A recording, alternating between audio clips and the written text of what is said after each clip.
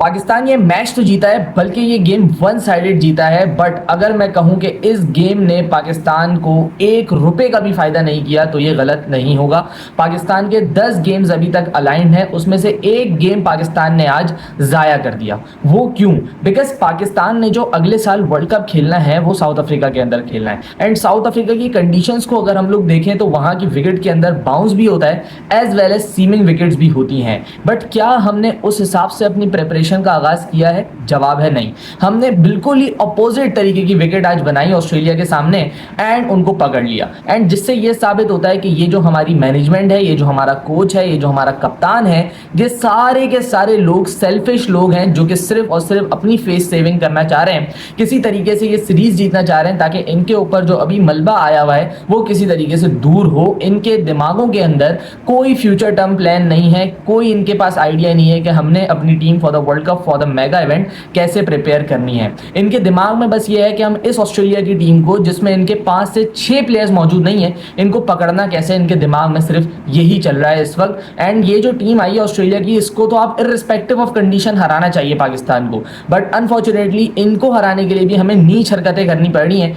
ऐसी विकेट बनानी पड़ रही है जहां पे ना तो हमारे बैट्समैन सही से खेल पाए, ना तो उनके बैट्समैन सही से खेल पाए। मुझे पहले ये लगा कि ये एक्सीडेंटली ऐसा विकेट बन गया क्योंकि रावलपिंडी के अंदर बहुत ज़्यादा गर्मी थी। एंड जब गर्मी पड़ती है तो विकेट जो हो जाता है वो ड्राई हो जाता है, थोड़ा सा टूट जाता है, जिसकी वजह से स्पिनर्स को बहुत ज़्यादा सपोर्ट मिलना शुरू हो जाती है। बट जब मैंने फर्स्ट इनिंग्स के अंदर अरफात मिनाज का इंटरव्यू सुना तो उन्होंने साफ साफ ये बोला कि हमें पता था कि ऐसी ही विकेट्स बनेंगी, दैट इज वाई हम लोग प्रिपेयर कर रहे थे इन जैसी सर्फेसेस के लिए। सो उससे तो ये बात क्लियर हो गई कि इनकी इंटेंशन ही नहीं थी कोई एक फास्ट बॉलिंग ट्रैक बनाने की या बैटिंग ट्रैक बनाने की।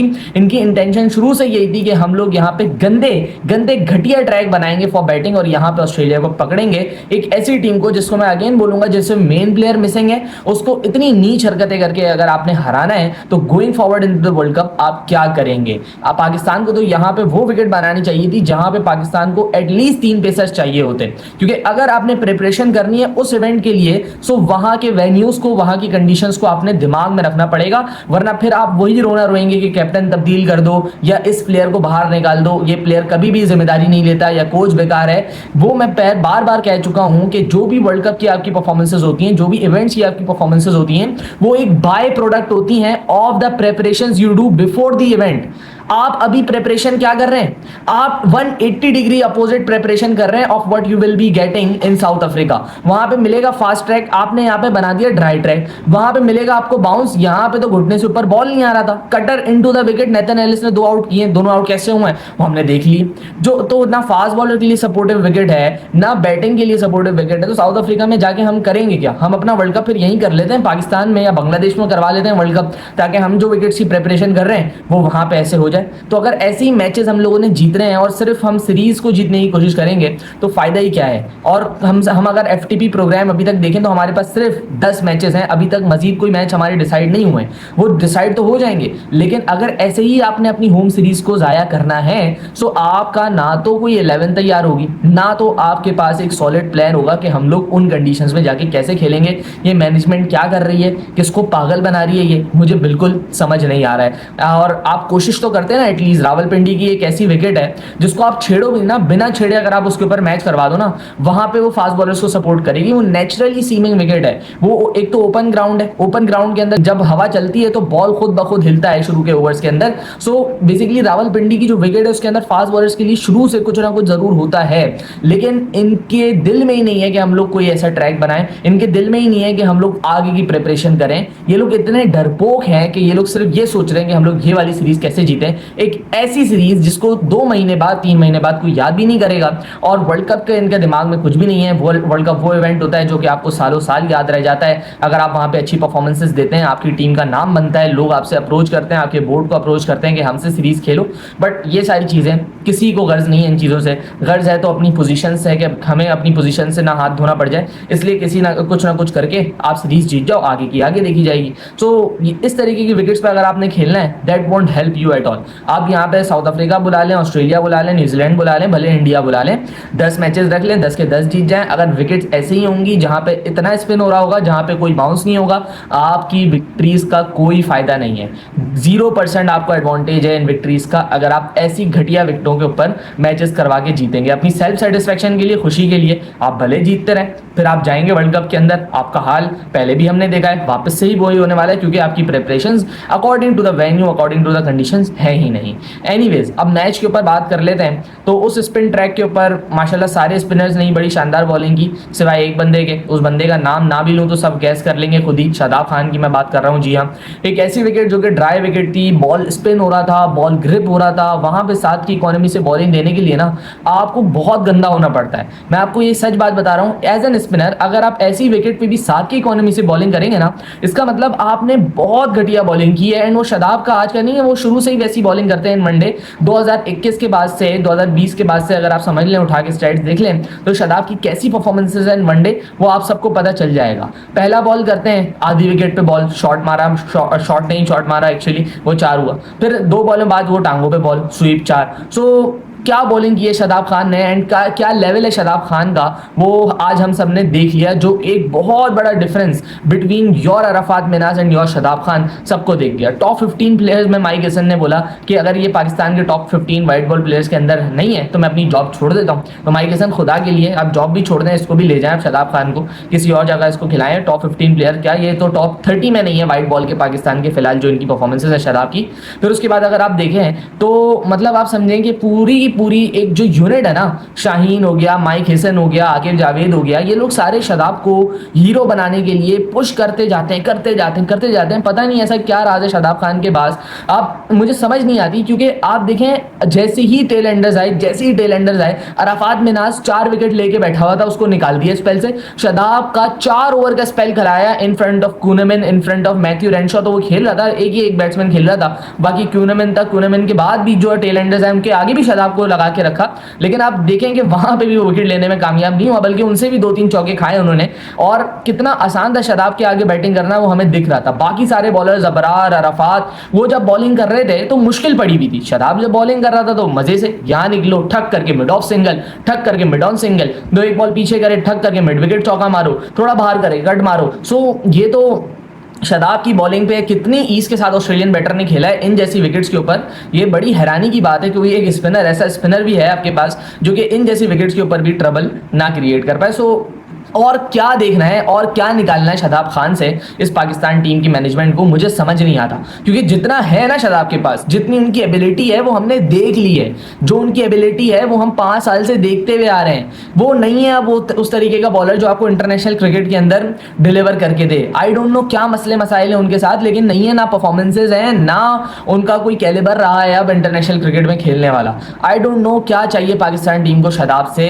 और ऐसी बॉलिंग के बाद भी अगर आप उनको कंटिन्यू करेंगे तो ये ज्यादती होगी, सिर्फ अगले प्लेयर्स के साथ नहीं बल्कि पूरे के पूरे पाकिस्तान के साथ। सुफियान बेंच पे बैठा है आपके पास।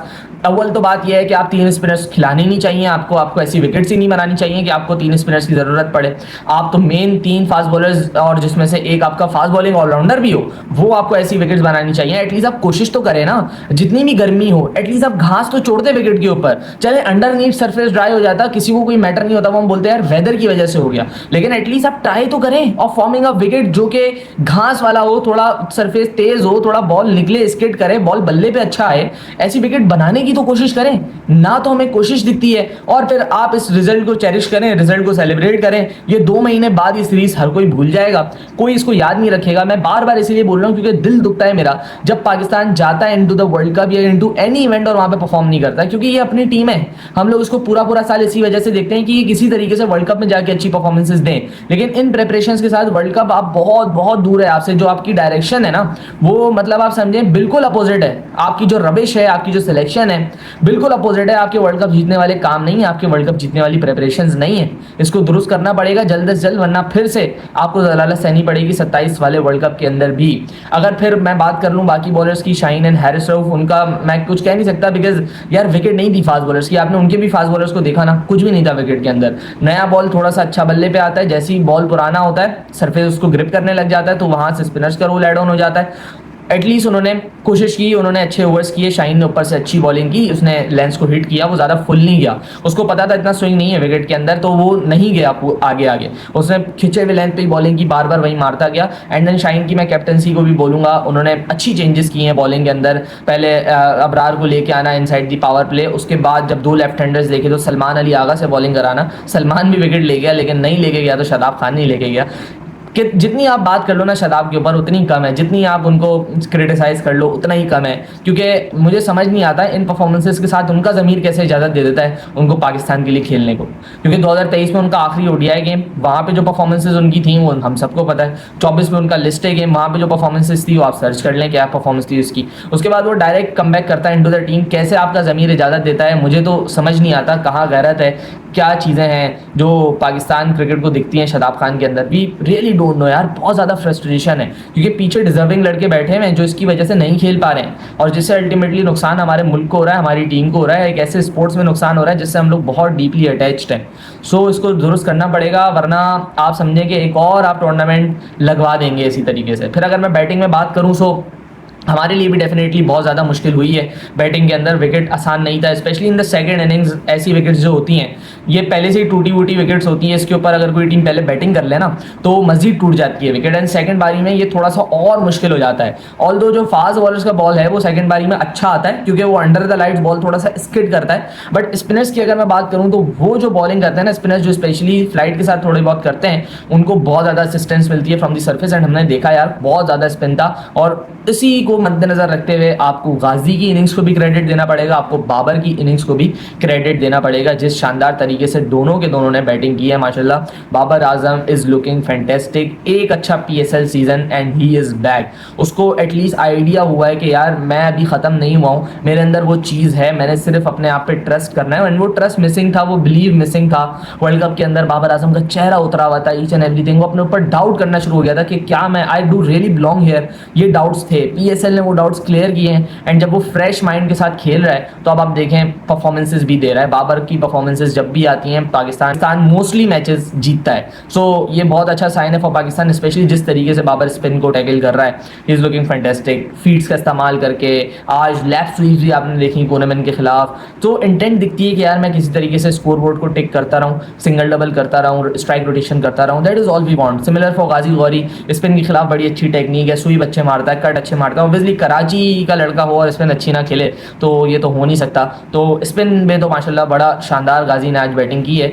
यही अगर वो फास्ट बॉलिंग के खिलाफ भी करे, सो मतलब आप समझें कि एक अच्छा बैकअप पाकिस्तान को मिल सकता है, may be not a backup, may be a first option even, लेकिन एटलीस्ट गाजी गौरी को अभी जो प्रूव करना है ना वो अगेंस्ट पेसर्स है, कि क्या यही सेम गेम प्ले, क्या यही टेम्परमेंट वो against extreme pace on bouncy tracks दिखा सकते हैं। अगर येस तो देन डेफिनेटली पाकिस्तान ने जो अभी एक चांस लिया है वो पे ऑफ ज़रूर कर सकता है।